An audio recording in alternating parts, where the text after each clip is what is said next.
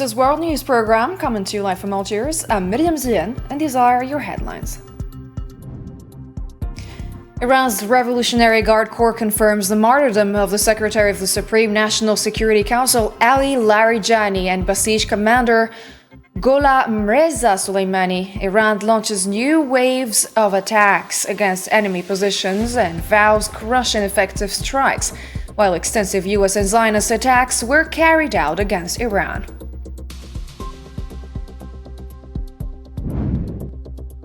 Iran vows to change the whole region and unveils new era for Hormuz Strait. Trump accuses NATO countries of making very stupid mistake regarding Iran, and the EU calls for diplomatic solution to keep Hormuz Strait open. And Algeria launches the world's largest zinc and lead deposit in the province of Béjaïa, and Prime Minister Sifi Ghraib says it is a strong indicator of economic recovery.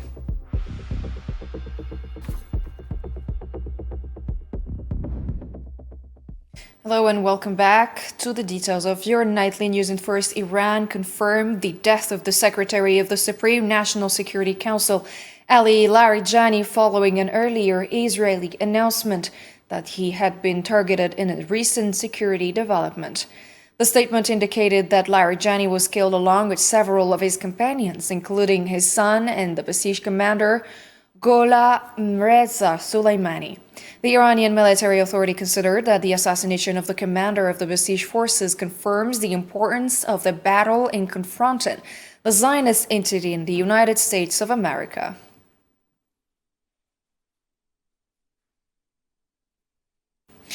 And Iran's Revolutionary Guard announced the 58th wave of attacks targeting sites in occupied territories and U.S. bases in the Middle East.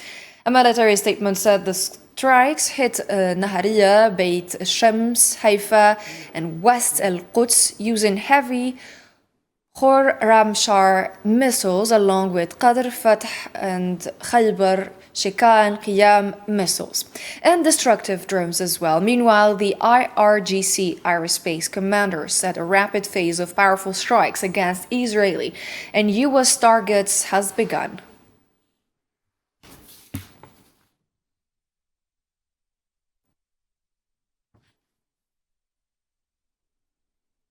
And Iran's Fars news agency reported explosions across several areas with air defenses activated in central Tehran. Merrill news agency said the air defenses were responding to hostile targets and reported 3 airstrikes on a sports complex southeast of the capital.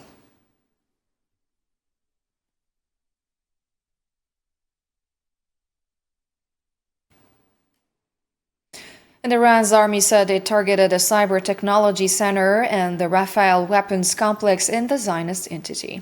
In a statement, it said the strikes took place Tuesday morning and vowed to continue focusing on the enemy's capabilities in precision weapons, AI systems, and offensive equipment.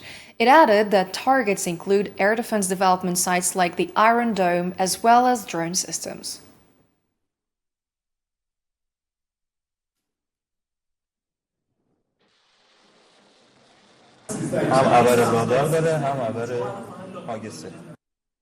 Iran said the enemy's air defenses suffered heavy damage and warned its opponent is on the brink of collapse. Spokesman Ibrahim Zolfagari of Al-Khatam al-Anbiya headquarters said the strikes reflect the firm will of the supreme leader Mojtaba Khamenei and the Iranian people, adding the enemy will not impose its will.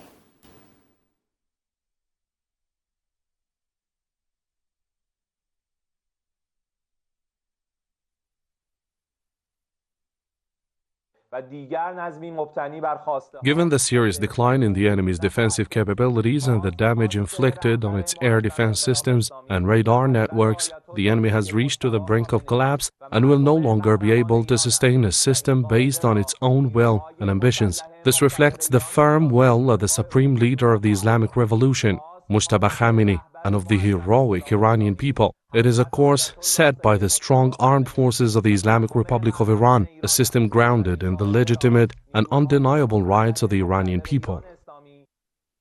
Zulfagari also addressed the United States, saying the outcome of the war is not decided by tweets, but on the battlefield, where he claimed U.S. forces do not dare to approach. A message to the President of the United States. A message to the President of the United States. The outcome of the war cannot be determined through tweets. The result is decided on the battlefield, the very place you and your forces do not dare to approach and can only speak about through your posts. It would be more accurate to call this war epic fear rather than epic rage. Instead of epic fury. And Iranian MP Malik Shariati said Kharg Island would become a graveyard for enemies if attacked by the US. He added that delegation visited the island after US strikes and confirmed oil production and exports remain uninterrupted. He warned that any hostile ambitions would lead to a defeat worse than in the Strait of Hormuz, stressing the island remains under Iranian control.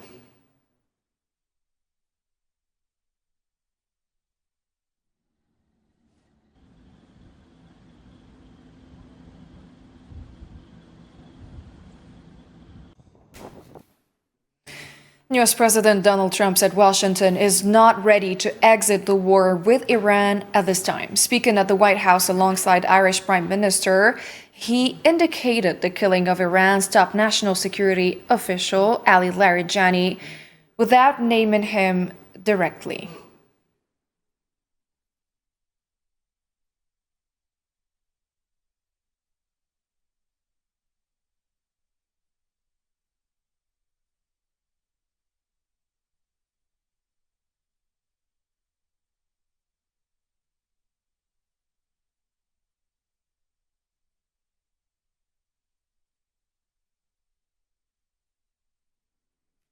And Iran's Foreign Minister Abbas Araghchi denied contacting U.S. envoy Steve Witkoff after an Axios report claimed renewed direct talks.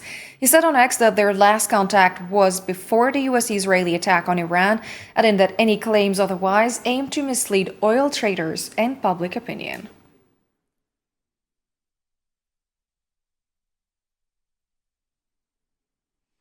The director of the U.S. Counterterrorism Center, Joseph Kent, announced his resignation in protest of the U.S.-Israeli war on Iran. He said on X that Iran does not pose a threat to the U.S., adding that Washington entered the war under pressure from Israel and affiliated lobbying groups. Well, I read his statement. I always thought he was a nice guy, but I always thought he was weak on security, very weak on security.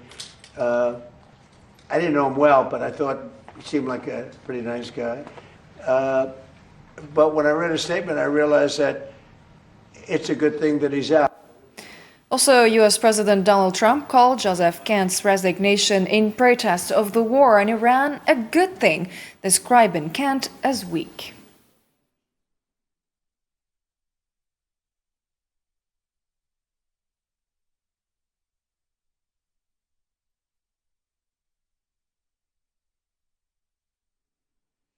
Four people were killed in an early Tuesday airstrike on a house in Baghdad. Reuters reported that two of the dead were Iranian advisors fighting alongside Iran-aligned Iraqi factions. The strike comes shortly after drone and missile attacks targeted the U.S. embassy in Baghdad's fortified Green Zone.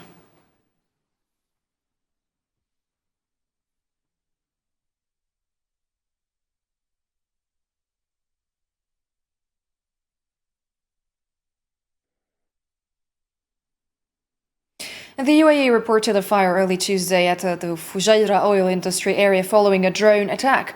Fujairah's government media office via Reuters said civil defense teams are working to control the fire and confirmed no injuries resulted from the attack.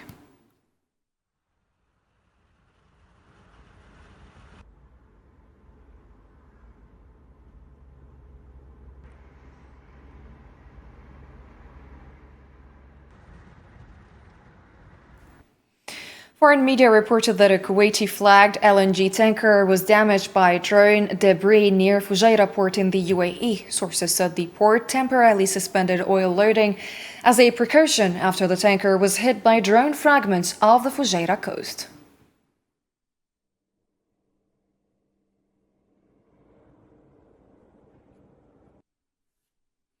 And Saudi Arabia's defense ministry announced Tuesday the interception and destruction of 3 drones in the eastern region. Spokesman Turki al-Maliki said the air defenses acted as part of ongoing operations to protect the nation's airspace.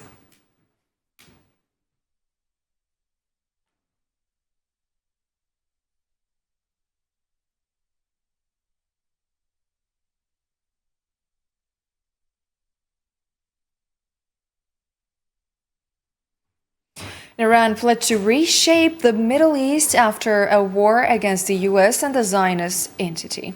Parliament Speaker Mohammad Bagher Ghalibaf said U.S. military presence won't ensure security and claimed President Trump could not end the war, stressing that Iran will no longer accept a cycle of war, ceasefire negotiations, and renewed war.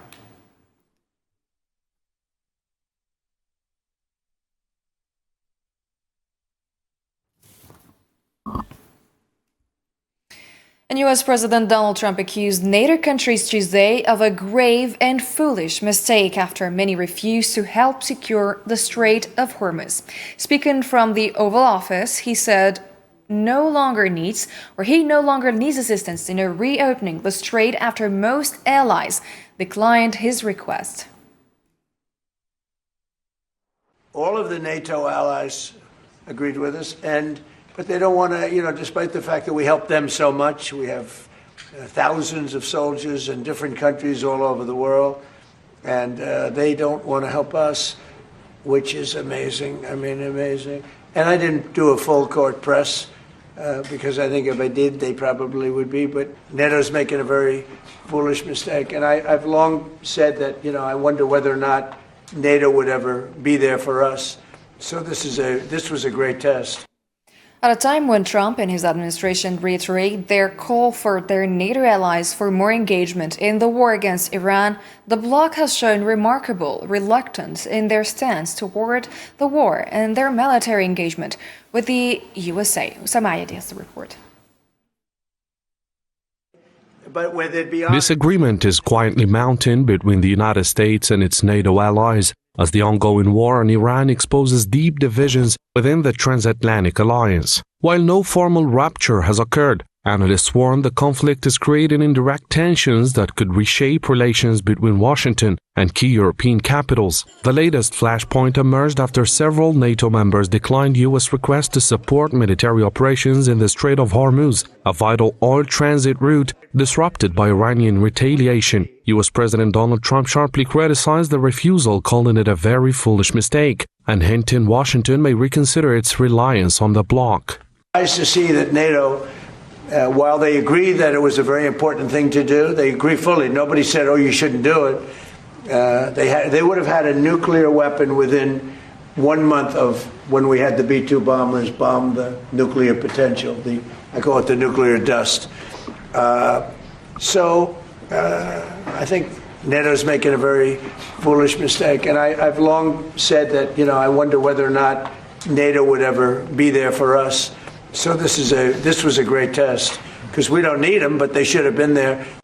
European governments, however, have stood firm, emphasizing NATO's defensive mandate and noting the conflict was neither jointly planned nor collectively approved. Officials also expressed frustration over the lack of prior consultation, reviving long-standing concerns about unilateral U.S. decision-making. Firstly, the region must not be allowed to slide into a never-ending war with unclear objectives. Any further escalation of hostilities would pose major risks to our partners in the Middle East and across the Gulf region. The same would apply in the event of a collapse of Iran's state order, territorial integrity, statehood, and economy. This war must therefore be brought to an end as quickly as possible, with a clear plan and a strategy. While some allies have provided indirect support, NATO has avoided direct involvement to prevent escalation with Iran. The dispute reflects deeper strategic differences. Washington frames the war as essential for global security, while several European nations see it as a dangerous escalation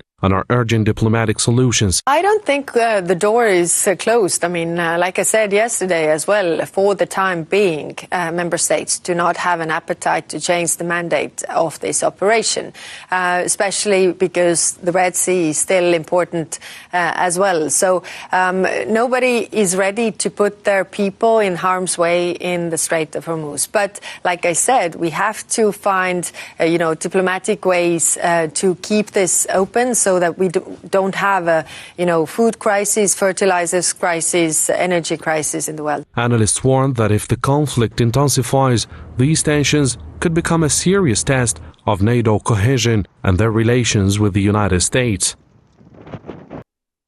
White House economic advisor Kevin Hassett said oil tankers have begun passing through the Strait of Hormuz intermittently. In a CNBC interview Tuesday, he confirmed a slow resumption of tanker traffic and reiterated that the Trump administration expects the war with Iran to last weeks, not months.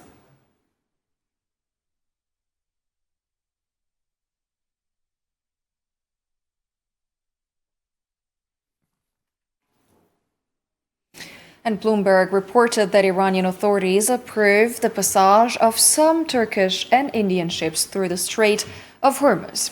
Sources said Iran granted limited exemptions after a wait, while other vessels remained stuck amid a near-complete closure of the vital waterway due to the Middle East conflict.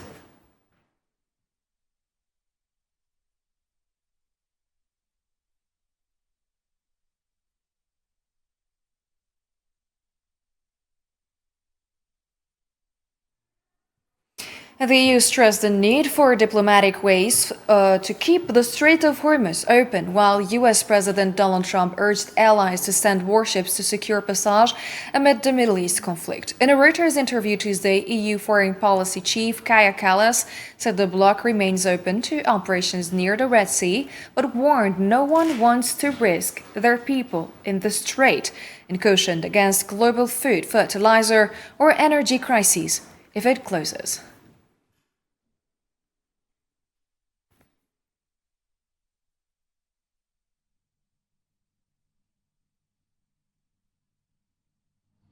I don't think the door is closed. I mean, like I said yesterday as well, for the time being, member states do not have an appetite to change the mandate of this operation, especially because the Red Sea is still important as well. So nobody is ready to put their people in harm's way in the Strait of Hormuz. But like I said, we have to find, diplomatic ways to keep this open so that we don't have a food crisis, fertilizers crisis, energy crisis in the world.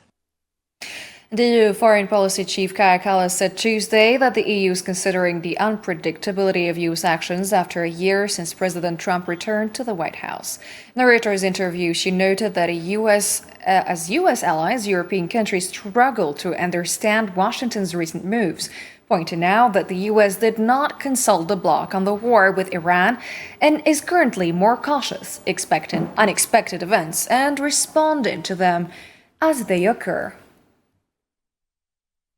Well, of course, we are allies with America, but we don't really understand their moves recently. Like I said, also we haven't been consulted and we don't really understand what are the objectives of this war. And oil prices surged over 4%, with Brent crude trading near $105 per barrel amid growing concerns about global supply chain disruptions. Brent futures rose $3, while U.S. West Texas Intermediate crude increased by more than $2.50.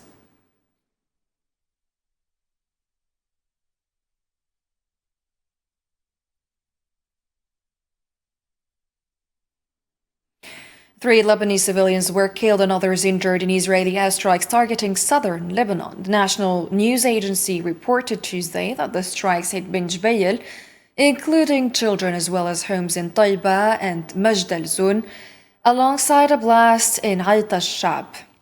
A separate strike on Jmahiyya killed two from one family, while artillery fire continues on Zibkin and Jibal al-Bottom.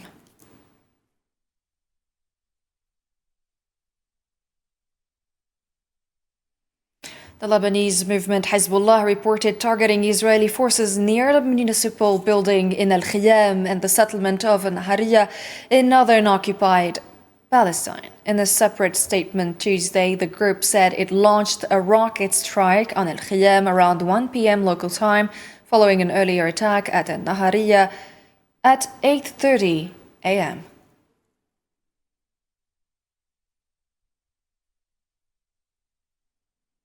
In other news, Algerian Prime Minister Sifi Ghraib oversaw the launch of a zinc and lead mining project between the municipalities of Amizour and Tala Hamza in Béjaïa province on Tuesday. The project, managed by an Algerian-Australian joint company, aims to produce at least 170 tons of zinc and 30,000 tons of lead annually to meet domestic industrial needs and generate export surpluses. Ghraib and the ministerial delegation accompanying him laid on the occasion the foundation for the mine's access infrastructure.